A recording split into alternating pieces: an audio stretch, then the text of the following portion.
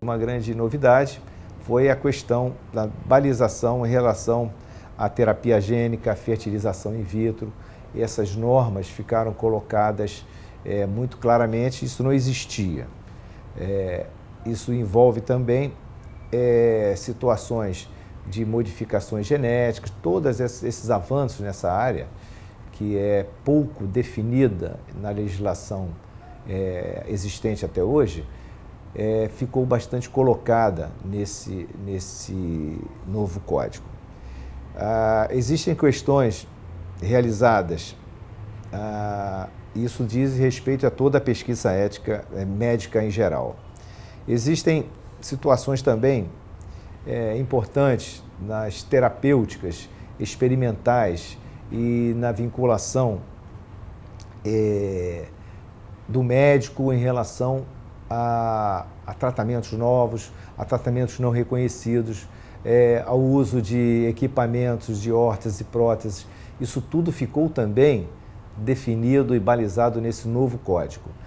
O médico tem que declarar também nas suas pesquisas a sua vinculação com a indústria farmacêutica, com a indústria de órteses, com a indústria de próteses.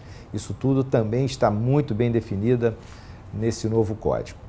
Existem questões que foram questões bastante pontuais, no que tange, por exemplo, ao plantão médico, a ausência do médico do plantão, a substituição a ele. Isso até gerou inicialmente uma grande colocação, da minha maneira de ver, equivocada da mídia, porque isso já era uma questão prevista no antigo código. Entretanto, a grande novidade desse código é que, nesse caso, ele responsabiliza, no seu parágrafo 1º desse artigo, o diretor técnico. Esse diretor técnico é o responsável pela substituição do colega.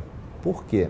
Porque o que ocorre na nossa cidade, pelo menos no Rio de Janeiro, é muito frequente, as dificuldades que a medicina pública tem de completar as equipes, pelos diversos problemas que já são colocados pelos conselhos, é uma luta nossa intensa, a precarização do vínculo, as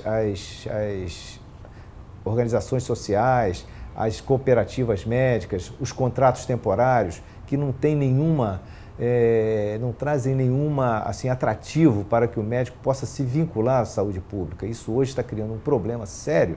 Eu prevejo que nós temos que mudar isso. Temos que ter concurso com salários dignos para que isso possa mudar essa situação, porque senão em breve tempo nós não teremos mais medicina pública com profissionais de carreira, que são aqueles que se comprometem, têm amor àquele serviço, criam um vínculo com aquele hospital. Então, essa questão também no que foi colocada para nós. Então, o que acontecia aqui é que o médico não tinha quem o rendesse. Ele tinha uma determinada especialidade, mas ele não tinha um médico para sucedê-lo no plantão seguinte. E isso ficou bastante claro hoje em dia, que é uma responsabilidade do diretor técnico. Ele tem a responsabilidade de suprir aquela falta.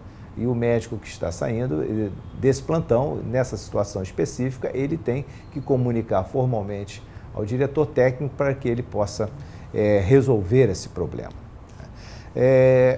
Outra situação ligada também ao SUS era a questão da dupla cobrança.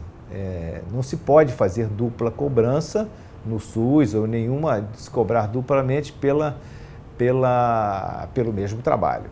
Entretanto, existem situações, e alguns estados já têm isso bastante definido, eu creio que o Rio Grande do Sul, em que no SUS, os contratos, quando isso é pactuado, isso pode existir. Então, isso ficou definido também nesse código. Havendo um pacto, havendo uma possibilidade contratual disso, ou seja, isso é muito comum na mudança de acomodação, em que todos os pacientes eles têm direito a uma enfermaria no SUS, e quando ele opta para uma acomodação superior, o médico poderia fazer uma complementação dos seus honorários. Isso desde que pactuado definido, isso hoje, pelo Código, também é permitido. Então isso é um avanço que normatiza uma área que era bastante causadora de celeumas e de discussões.